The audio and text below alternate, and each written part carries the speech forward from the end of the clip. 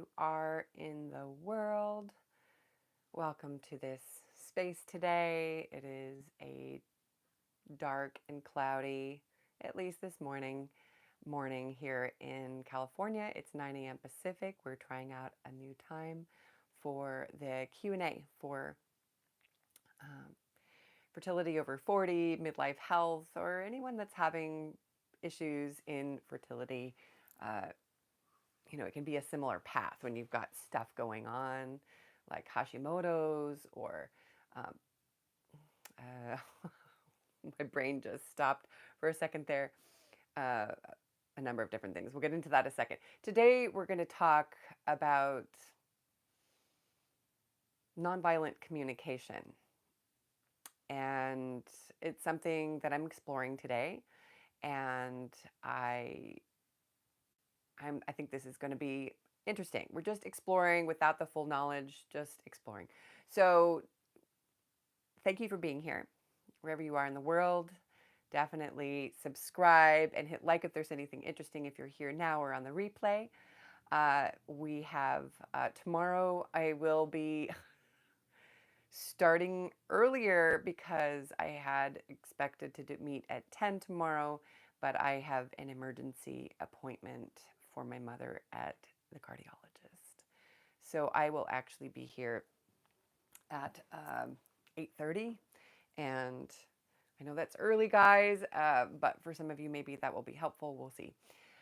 So I wanted to dive into this today because, as you may or may not know, there's been some stuff going on in the background, and I think we all have stuff going on in the background at different times. I'm a little challenged at the moment, which is why I put on my dangle earrings and a necklace I used to wear when I lived in Prague, when it was a different era completely. And sometimes we need those reminders, and maybe that's really what this section will be about. Maybe we'll do that tomorrow. I think we've touched on that before, but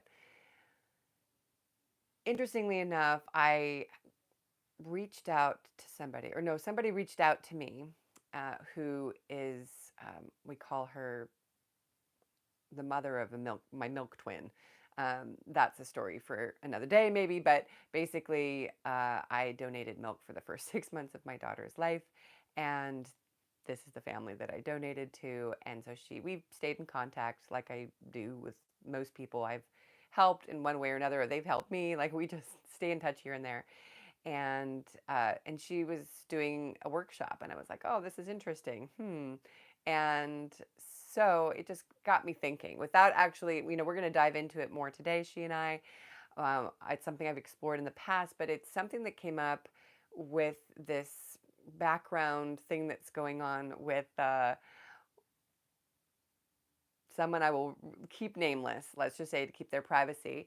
And there's been some stuff about worth and value and scarcity. And I think these are things that come up. But the thing that really came in strongly was that how often we're each in our own stories. Maybe it's ego. Thanks for the thumbs up.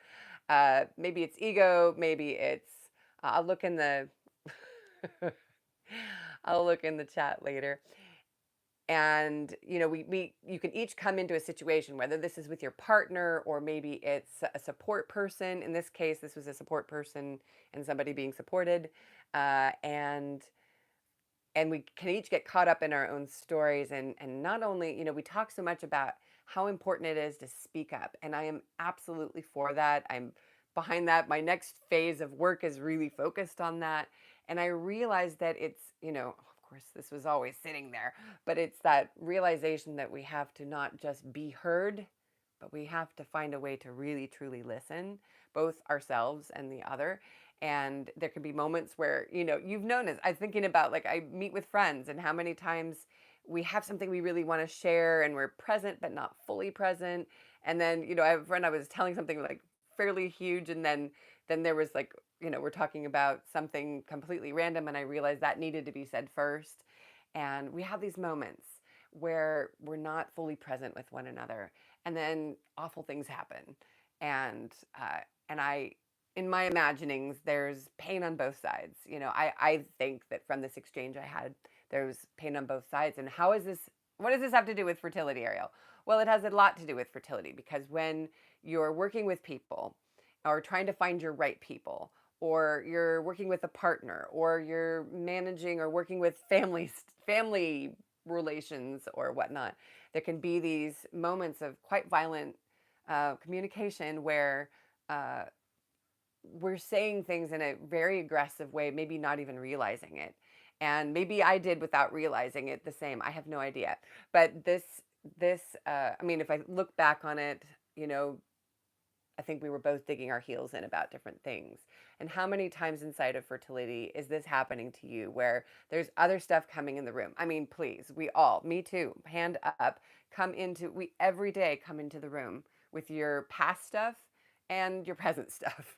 We talked about this, I think, in the last weeks. My brain is a little scrambled in the morning, but, and so we're always going to be coming in the room actually with so many people and so many stories, and it's so heavy and it's so dense. And how do you communicate through that? So I'm looking forward to exploring this more today with Mariana. And hi Dylan, hello.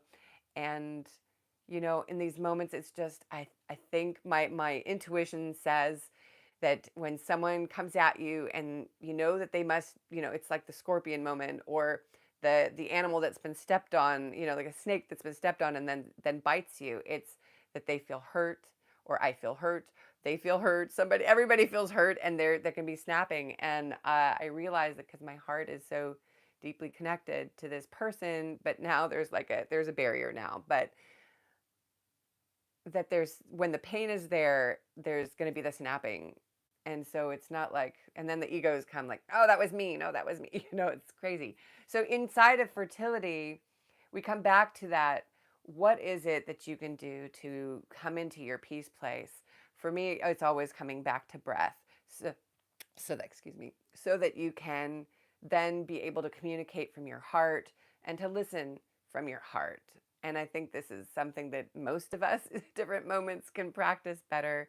I feel like the absolute humanity of imperfection, of how many times I've that up, you know, trying to do my best. And I'm wondering here if you've ever been in that moment where you're trying to find your right person, or you are talking to a support person and you guys are just not in the same place. And probably the best thing in that moment is to step away, or to agree to step away for some days or minutes, or whatever it is that's agreed on, instead of continuing a conversation that becomes escalated or uncomfortable, or just, you know, two people banging their heads against each other. I imagine if you have a partner or friends or people that you connect with at all in life, at some point this has happened. I'm very curious to share the information that I get today. I wanted to share just put that thought out there, because I'd like to throw a topic out for Q&A. I'm here for you. If you have any questions that you want to throw down into the chat, you are more than welcome to do that. And I'm happy to answer, or you can do it on the replay, and I always answer there too. Thank you for the couple likes. That always helps people to find us. Today, I'll be honest, I woke up at 3 a.m. a bit rattled about this communication and all that's been going on for, I realized, quite like weeks now. And I'm a little bit, you know, so I'm doing my best to be present. I took my breaths, breathing now with you. And if you have anything, I'm happy to answer that. Otherwise, I'm going to sign off, and I will see you tomorrow at 8:30 a.m. And then on Thursday and Friday, we will go back to our 10 a.m. Pacific right here. But due to my mother's illness, I need to go in with her. She's 86, and that feels really important to make sure they don't do a procedure that unless they really need to. Speaking of communication, finding my way to peace, that they're not just trying to push something on her, and, you know, just really listening to the facts and the conversation. And I think in general, wow, all the things that come, it's not for nothing. Sometimes it's painful and uncomfortable, and I am so there right now.